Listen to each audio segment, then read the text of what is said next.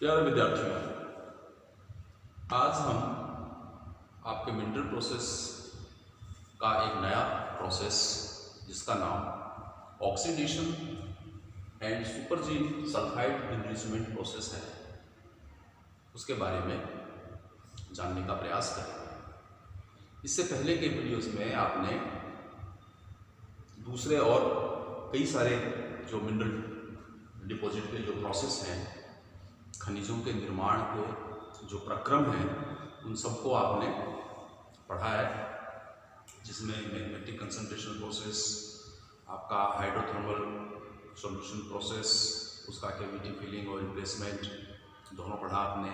Residual concentration आपने देखा, आपने मैकेनिकल कंसंट्रेशन या प्रेशर डिपॉजिट्स पढ़ा, आपने सेडिमेंटेशन प्रोसेस को पढ़ा। आज हम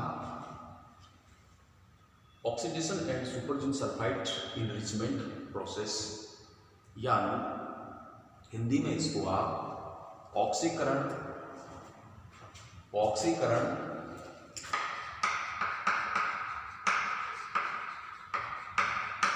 एवं ऊर्ध्वजनित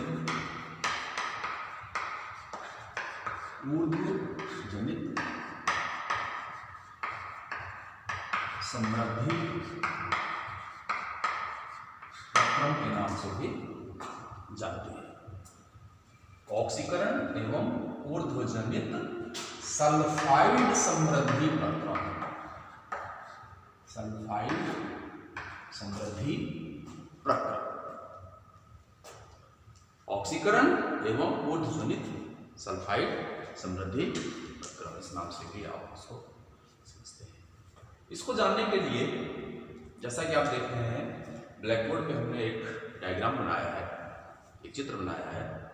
इससे हम थोड़ा सा समझने का प्रयास करते हैं। इस डायग्राम में आप देख रहे होंगे कि हमने इस डायग्राम को दो भागों में विभक्त कर रखा है। ये जो लाइन है, ये भूमिगत जल स्तर को दर्शाती है, वाटर टेबल को। ये मैंने लिखा है यहाँ वाटर टेबल, यानी ये भूमिगत जल स्तर है। इस भूमिगत जल स्तर या वाटर टेबल के ऊपर आप देख रहे होंगे, ये जो पोर्शन है, ये ऑक्सीडेशन जोन कहलाता है। ऑक्सीडेशन जोन यानी ऑक्सीकरण क्षेत्र। और इस वाटर टेबल के नीचे जो है वो दो जोन है, एक सेकेंडरी और एक प्राइमरी। जो प्राइमरी जोन है उसको हम हाइपोजीन कहते हैं। हिंदी में इसको अधोजनित क्षेत्र कहा जाता है, अधोजनित क्षेत्र। और इसके ऊपर है सेकेंडरी या सुपरजीन जोन, ऊर्ध्वजनित जोन, जिसकी कि हम अभी बात कर रहे हैं। तो वाटर टेबल के जस्ट ऊपर ऑक्सीडेशन जोन, ऑक्सीकृत क्षेत्र, और वाटर टेबल के जस्ट नीचे सुपरजीन जोन यानी ऊर्ध्वजनित क्षेत्र। आप इस वाटर टेबल के ऊपर देख रहे होंगे जो डायग्राम बना रखा है, ये इसके ऊपर ऑक्सीकृत अयस्क है, यानी कि जो अयस्क ऑक्सीडाइज्ड हो गए। इसके ऊपर लीच जोन यानी कि निक्षालन क्षेत्र है, जहां से निक्षालन होता है, प्रेसिपिटेशन होता है। और इसके ऊपर जो आकृति आप देख रहे हैं, ये है, इसका नाम है गोजान। गोजान यानी इसको हम छंद के नाम से समझते हैं, जानते हैं, इसको हिंदी में कहा जाता है छंद। गोजान एंड कैपिंग्स, ये भी हम पढ़ेंगे कि गोजान और कैपिंग हमें क्या बताते हैं। इसके नीचे लीच जोन यानी कि निक्षालन क्षेत्र, और इस निक्षालन क्षेत्र के नीचे ऑक्सीडाइज्ड अयस्क पाए जाते हैं।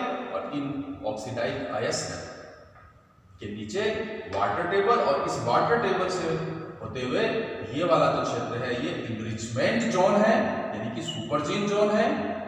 और इस सुपरजीन जोन के नीचे जो है आपका वो प्राइमरी जोन या हाइपोजीन जोन है।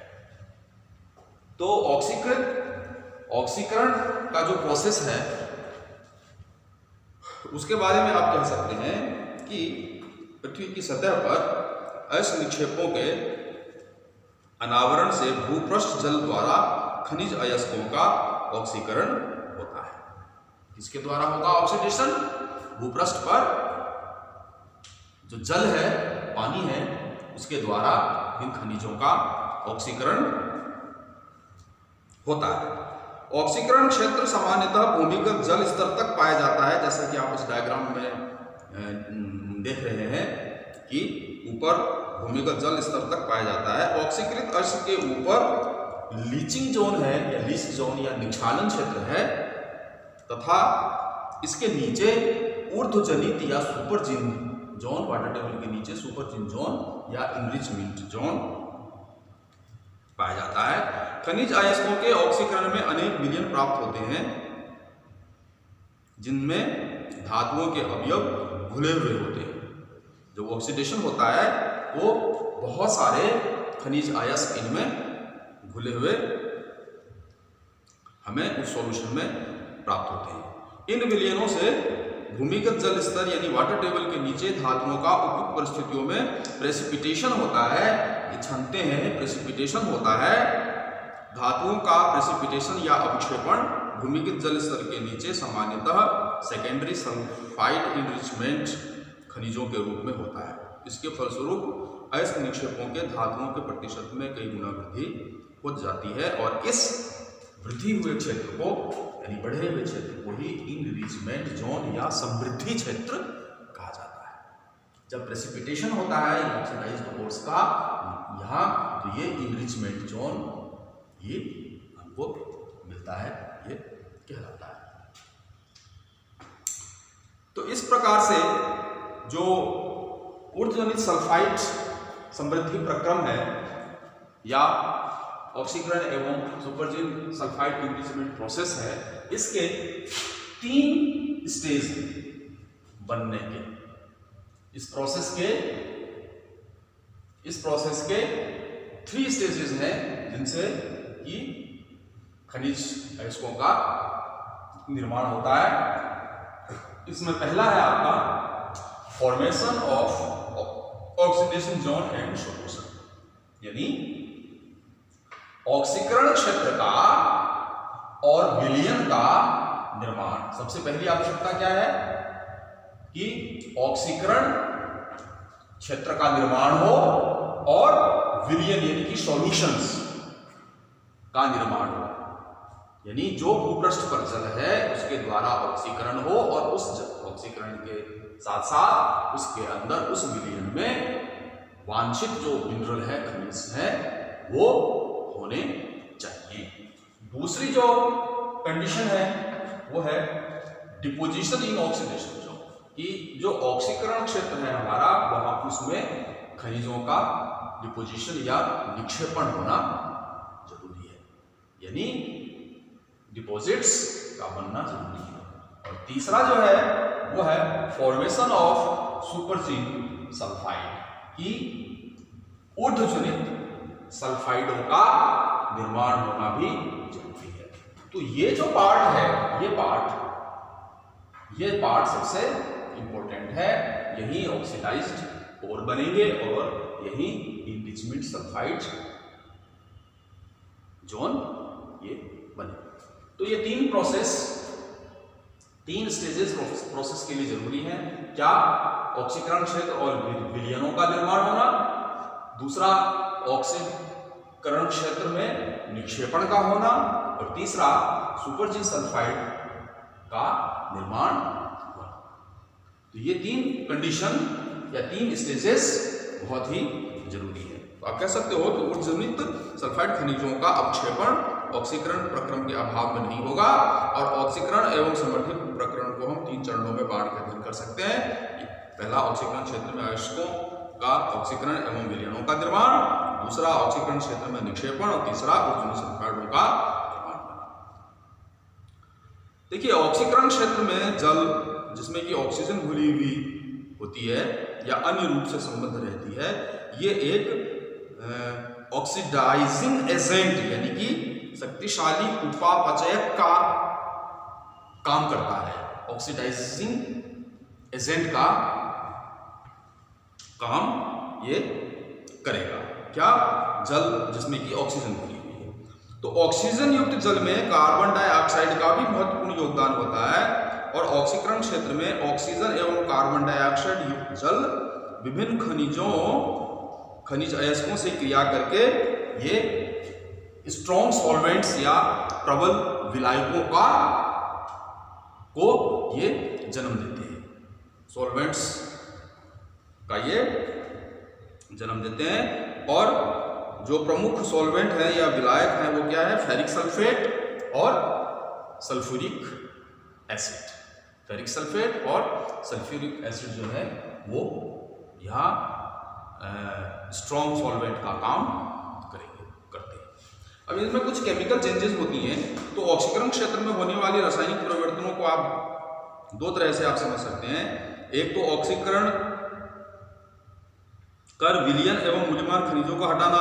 ऑक्सीकरण के द्वारा क्या होगा, सॉल्यूशन और जो खनिज डिपॉजिट होने हैं उनको हटाना। दूसरा धात्विक खनिजों का ऑक्सीकृत खनिजों में रूपांतरण होना। ये दो प्रोसेस होंगी और यदि जब ये दो प्रोसेस होंगी तो ऑक्सीडेशन के लिए, ऑक्सीडेशन में जो पाइराइट मिनरल है उसका सबसे महत्वपूर्ण योगदान इनमें पाइराइट मिनरल्स का होता है और इसके ऑक्सीकरण से फेरिक सल्फेट, सल्फ्यूरिक अम्ल, फेरिक हाइड्रोक्साइड, फेरिक सल्फेट इत्यादियों की उत्पत्ति होती है। तो ये कुछ केमिकल चेंजेस हैं जो इन प्रोसेस में होती है। दूसरा एक टर्म है इसमें गोजान एंड केपिंग, छंद, इसको हिंदी में छंद कहते हैं। हमने यहाँ ये अर्थ सरफेस है, यहाँ खड़े हैं, सरफेस है, सरफेस के जस्ट नीचे गोजान जो है वो हमें मिलते हैं। अब गोजान क्या है, ये एक तरह के चिन्ह है या आप समझ लीजिए एक तरह के संकेत होते हैं। जैसे जब आप हाईवे पे या सड़क पर चलते हैं तो आप देखते हैं कि जगह जगह संकेत बने हुए हैं, कहाँ स्पीड ब्रेकर है, कहाँ मोड़ है, कहाँ बहुत ज़्यादा घनी आबादी है, वगैरह वगैरह के संकेत होते हैं। ऐसे ही ये जो गोजान एंड कैपिंग्स हैं ये भी एक तरह के संकेत है पृथ्वी के धरातल के जस्ट ऊपर या उसके जस्ट नीचे, जो हमें इस प्रोसेस से बनने वाले यानी oxidation and supergene sulphide enrichment से बनने वाले खनिजों के उपस्थिति का हमें संकेत देते हैं, हमें उसके बारे में सूचना देते हैं। इस सरफेस के नीचे यहाँ इस प्रोसेस द्वारा बने हुए खनिज हो सकते हैं। और इसमें सबसे महत्वपूर्ण जो है वो है लिमोनाइट स्टॉक वर्क्स। लिमोनाइट लघु शिला जाल जो है वो सबसे इंपॉर्टेंट स्टॉक वर्क्स कहलाता है। तो यदि आपको गोजान और कैपिंग के बारे में जानना है तो आप इस तरह से इसको समझ सकते हैं कि जैसा भी मैंने बताया कि सड़क मार्ग के किनारे जिस प्रकार के कुछ संकेत होते हैं उसी तरह से गोजान सतह पर पाए जाने वाले भू सतह पर पाए जाने वाले वे चिन्ह हैं जिनकी उपस्थिति सतह के नीचे छुपे खनिज अयस्कों की उपस्थिति को दर्शाती है। जैसे अभी हमने बात की लाइमोनाइट स्टॉक वर्क्स या लाइमोनाइट लघु शिला जाल। तो पूर्ववर्ती खनिज यानी पहले के जो बने हुए खनिज हैं द्वारा लाइमोनाइट की आकृति की संरचना एवं रंग का निर्धारण होता है। अतः इन आकृतियों एवं रंगों के आधार पर पूर्ववर्ती खनिजों को जाना जा सकता है। अब इन गोजान और कैपिंग की वजह से क्या होगा कि अलग अलग प्रकार की जो सरफेस है कलर की वो हमें दृष्टिगोचर होती है, जिसके आधार पर आप उनको पहचान सकते हैं। तो गोजान का प्रयोग प्रकीर्णित निक्षेपों के ऑक्सीकृत दस्यांशों के लिए होता है और निक्षेप में पाए जाने वाले ऑक्सीकृत खनिज ही सामान्यतः गोजान में पाए जाते हैं। और गोजान में पाए जाने वाले खनिज सतह को विभिन्न रंग प्रदान करते हैं। जैसे लोह सल्फाइड जो है वो पीला भूरा होगा, मैग्नीज है काला होगा, निकल यदि है तो हरा होगा। तो इस प्रकार आप गोजान और कैपिंग के द्वारा भी खनिजों को आप पहचान सकते हैं कि किस प्रकार का खनिज हमको मिलेगा। तो ये हम आज थोड़ा सा oxidation and supergene sulphide enrichment process के लिए हमने ये बात की। कल थोड़ा सा इसको आगे और बढ़ाएंगे हम। इस पर प्रभाव डालने वाले कारक कौन कौन से हैं, फैक्टर ऐसे कौन कौन से हैं जो इस पर इफेक्ट डालते हैं, उन सब चीज़ों हम कल